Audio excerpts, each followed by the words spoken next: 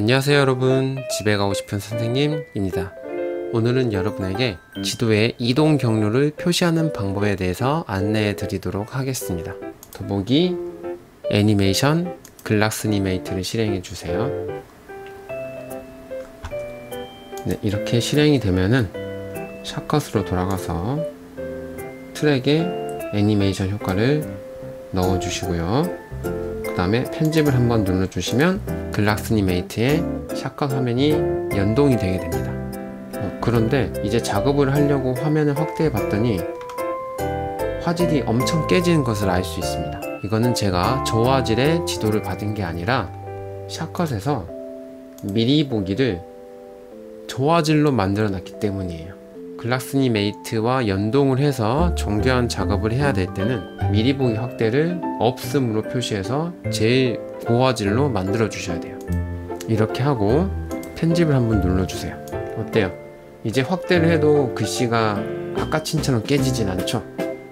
자, 이제 그러면 경복궁역에서 이 약수역까지 지하철을 따라서 지도를 그려보도록 하겠습니다.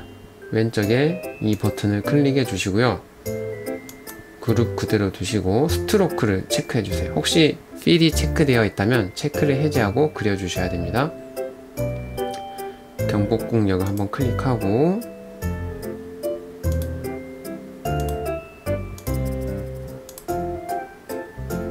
적당히 이런 식으로 지도에 표시를 해 주었습니다. 다 하고 나면은 엔터를 쳐주시면 마무리가 됩니다. 자, 여기에서 이제 우리가 일단 이 선을 조금 만져줘야 되는데요.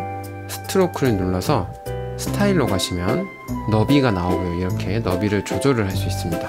숫자가 커지면 너비가 커지겠죠. 저는 20 정도로 맞춰 놓도록 할게요. 그리고 얘는 눌러보시면 아래에 변하는 게 보이시죠? 시작과 끝을 어떻게 할 것인지 설정하는 거고요.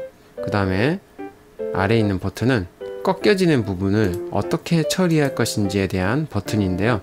그냥 기본 버튼으로 두시면 됩니다. 가운데 버튼 하시면 둥글게 처리가 돼요.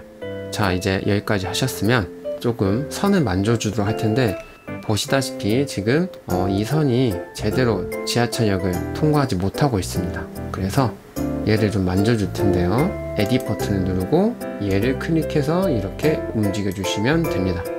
마찬가지로 얘도 이런 식으로 움직여 주시고 이런 식으로 움직여 주시면 되는데 지금 여기 같은 경우에 지하철 노선을 제대로 못 따라가고 있어요, 선이. 그러한 경우를 위해서 우리가 이 점을 하나 더 추가해 주면 되는데요. 바로 추가하는 방법은 여기 위에 Add Node라고 써 있어요. 얘를 눌러서 적절한 곳에 위치시키고 클릭을 하면 포인트가 하나 더 생기게 되죠. 얘를 잡아다가 이렇게 끌어주시면 됩니다. 이 점이 많을수록 좀 더 부드러운 선이 그려지겠죠.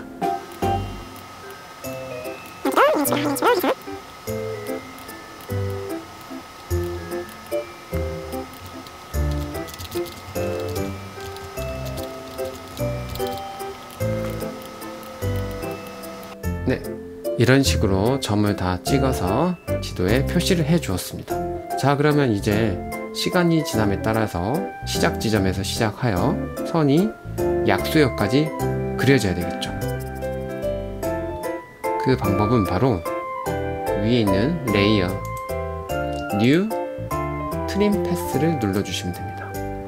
얘를 누르면 여기 오른쪽 아래 트림 패스 레이어가 하나 생겼죠. 얘를 클릭하고 맨 아래로 내려주세요. 우리가 이제 여기에 있는 스타트와 엔드를 활용하면 지도의 이동 경로를 표시할 수 있게 됩니다.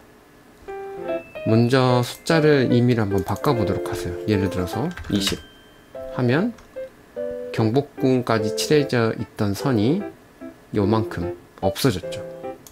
숫자를 더 키워볼까요? 50까지 하면 이만큼 사라지게 됩니다. 다시 0을 하면 제일 처음 부분까지 선이 그어지게 되죠. 엔드 부분도 마찬가지로 만져보시면 이런 식으로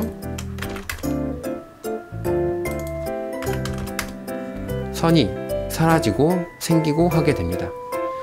우리는 스타트 지점에서 시작해서 엔드 지점으로 선이 점점 보여야 하기 때문에 스타트는 그대로 두고 엔드 이것만 건드리면 됩니다. 프레임을 제일 앞으로 두고요, 0으로 바꿔줍니다.